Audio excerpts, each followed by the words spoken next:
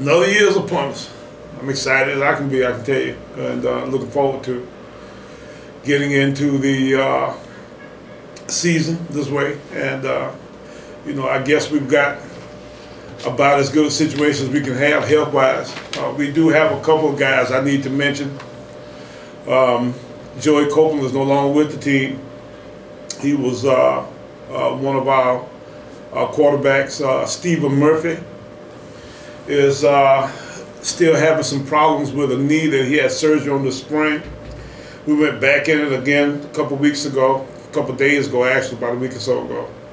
And you know, that's not been doing good, and we're really concerned about that particular issue. He was our top returning secondary guy. And then Javaris Lehman has a suspension that we're still trying to determine exactly how long it's going to go, but it looks like it's going to be possibly 4 games and maybe 2 games. We're not sure, but we know he'll be back by the conference now. So at this point, we pretty much know who we got and what places we're in. The best part about this team has been that we're probably deeper than we've been in some time. And it's going to be about the quarterback. How our quarterback plays is how I think we'll play on offense. But we've got a great group of young offensive linemen coming along. I'm really excited about them. We've got some running backs that can do all the kinds of things that you need running backs to do. Wide receiver-wise, we got skill pretty much all over the place. We're just trying to develop it at this point. It's really young, green. Some of the younger wide receiver guys can really run, though, so I'm excited about those guys. And then on the defensive side of the ball, we seem to be developing a good bit of depth in our defensive front. We got a lot of quality guys up there, and you know, I'm hoping what it'll amount to is that it'll give us a chance to play a lot of people in a way that we can, you know, keep the level of play high pretty much all the time. Our linebackers are young, but you know, they're active, and you know, Justin Hughes is the only returning starter that we have, you know, on our in our linebacking corps, and the rest of these guys will be new. I mean, almost totally new guys. Guys like Darius Leonard and Michael Wayman, you know, guys that we, you know, had as redshirt guys last year, and I think they're going to be extremely talented. But right now, you know, we're going to have to live and die with some of the mistakes they'll make, because they'll be, you know, really just young guys. They're redshirt freshmen. Deshaun Taylor. Brock is back and has played pretty good. Tyler Smith starting to play pretty good. So, you know, I'm excited about those guys. And then the secondary, which is really young, you know, is almost totally new now, especially now that Murphy's not around. But you know, the Mira Coopers and the Chris Paulings are the older guys in the group now, because you know, they played somewhere. Amira played for us a little bit as a backup last year. He's a redshirt junior. Chris Pauling is kind of the same. He played at Ball State last year. He transferred this past spring. Our corners, we started Antonio Hamilton and Marquise Jones at the corners. You know, Antonio is we think a real talent and a really smart guy. He's an all A's guy. So you kind of understand exactly what you got as far as him understanding what to do. And Antonio Jones is a redshirt sophomore who's not played hardly at all. So, you know, we seem to be in pretty good shape there, except for the fact that we just young is all get out there. And then last but not least, you know, you talk about our specialty guys. You know, and all those guys are new. James Johnson's our long snapper. Tyler Scander's our kicker. Jerome Petway is our punter. Dondre Lewis-Freeman, who's not returning any punts and kicks, is our punt return guy. We got Austin Smith returning punts. So, you know, that group is all totally new as far as where they are either aligned or assigned. So it'll be a pretty good little deal to see, you know, what all will happen there as we go through a new year with these guys being where they are. Questions? Given the past history against Benedict and some of the changes you had, is this the type of game that you would prefer to start off with? That way you know what you would have going into this season? You know, it's a good test for us, and it gives us an opportunity to have a little bit of a margin for error. But at the same time, if we go out and really stink it up, and of course, you know, it can be really ugly against a team like Benedict too. So we got to really play in a way that's going to give us a chance to create some momentum that way. And then from there, it gives a chance to hopefully springboard into a week where we get a chance to, prepare for a big game the following week and the week after. How have you been able to keep the players motivated into the season opener, just to convince themselves that this could be a tougher than season opener than some people? Well, the big part of what we've tried to accomplish is to try to get a little bit better each day. And I think you can see our team starting to develop in a way where, you've seen improvement in different spots, and some of the younger guys have come on. The biggest motivator of this football team, though, has been competition. There's been some almost everywhere, and there's not a spot where, if you should decide that you want to take a day off, there's not a guy waiting there to take advantage of your, inability to focus that particular day. So the competition factor of the whole process is probably what's been as good a motivator, as big a motivator as anything.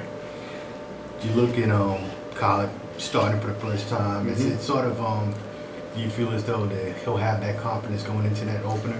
Well, let's hope so. That's what we need from him. Adrian's has got tremendous leadership skills. The biggest issue that we've had with him has been, him sometimes showing the body movements and the mannerisms sometimes, as he goes about doing, what he's supposed to be doing as a player is concerned. But, he says all the right things and does all the right things, and he's a tremendous character that way. Comes from a great family. So, we think that he's going to be the second coming of one of the better players that's played here. And, the key for him is to continue to work on developing his skills and to get a little bit better understanding, a little bit deeper understanding each day as to, what he's trying to accomplish. This is your second time playing at Charlie W. Johnson Stadium. The way it's configured, it's way to set up where the heat is set up like a pit where the heat can actually affect the players more so than some other places. Being that you're playing a 5 o'clock game and still playing in August, how have you been able to acclimate yourself to probably going to be even more of a high heat index? Well, let's hope that we're in good enough condition that we'll be able to withstand any kind of temperatures that way. Part of what we got, though, that we think really helps us a bunch is we think we got tremendous depth. And so we'll continuously rotate guys throughout some of the positions that are the high level kind of stress position as far as conditions is concerned. So, when you start talking about defensive line and wide receivers, sometimes defensive backs, but defensive line in particular, pass rushing is maybe the hardest thing, in the whole sport to do over time. So that's why you always need a lot of those guys. But, hopefully we'll be able to use the depth and the fact that we're in pretty good shape to make sure that we get a good, solid ability to continue to play hard all the time. Well, you talk about the change in terms of personnel, but you also have some coaching changes, particularly on defense. How much are the new defensive coaches, and then one of the cases where Cook is now the secondary coach, how are they going to make the challenge? Well, Coach Restivo is now the secondary guy, and he was a secondary guy by trade, so he wanted to get back into a position where, he felt that we needed, a high level amount of expertise. I think that's played out really good for us, and I think you'll see that our guys will do a good job of understanding concepts and that kind of stuff, along with being fundamentally sound. Ben Barton is our linebackers guy, and Ben's new also. And part of what we've done is Restivo not only coaches our secondary and coordinates our defense, but he kind of runs all of that coordinated kind of pass run style defense from the back end in a way that I think he rubs off on the entire back end that way. And he's done a nice job of including them in some of they've done a lot of work together, a lot of meetings together, that kind of stuff as groups, trying to make sure that they were on the same page so that we would be coordinated at a high level throughout our back end. The front level guys, the defensive line and outside backers, sometimes our defensive end kind of guys are all the same guys. They're pretty much the same guys. The only new guy in that mix is Coach Jonathan Saxon, who's working over there with those guys, has into some expertise to that area that gives those guys a little bit different kind of push that way. But besides that, they're all the same that way. So I'm looking to continue to see the kind of success that our defense has had over the years, and with the depth that we've assembled and the group of coaches that we've assembled, I think as we get into the season, I think you'll see those guys continuously improve and get better. Probably the one Achilles heel in this matchup for you has been Benedict's had 3 blocked punts during the last 2 games. Let's hope that we don't have one of those this time. And I think we worked hard on our special team coach. Steve Bird has really worked hard on our special teams game in general. And the biggest issue we've got amongst all of those guys is the fact that just everybody's just so young. The key to the whole deal, though, is that we do a good job protecting, and even some of those guys within our punt protections do. So that's always a concern, but at the same time, it's never really hurt us. It's just been one of those kind of deals where it's been kind of an early season deal, and we just got to see if we can work our way through it. What do you see from Benedict that could present some challenges? Well, the unknown is probably what makes the biggest challenge for us. The fact that we don't have some of the information for our first game that you might have ordinarily, because of the fact that they don't necessarily have some of the ability to do some things that we do as far as sports information, that kind of stuff is concerned. We don't have a depth chart for them at this point because of the fact that they hadn't made that available to us. But we do have pretty good ideas about what their schemes are.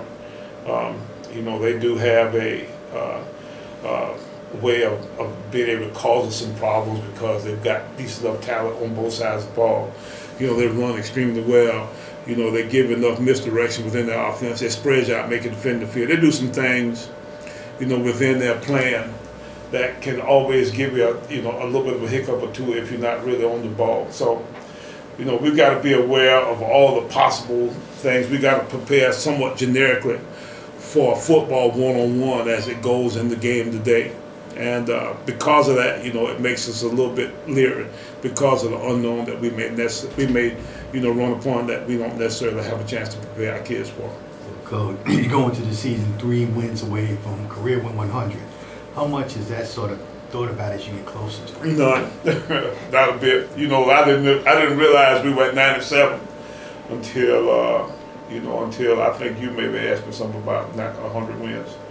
So it's one of those kind of deals where it's just business as usual for us. We go ahead and continue to play, and when we get to 100, hopefully we get there real soon.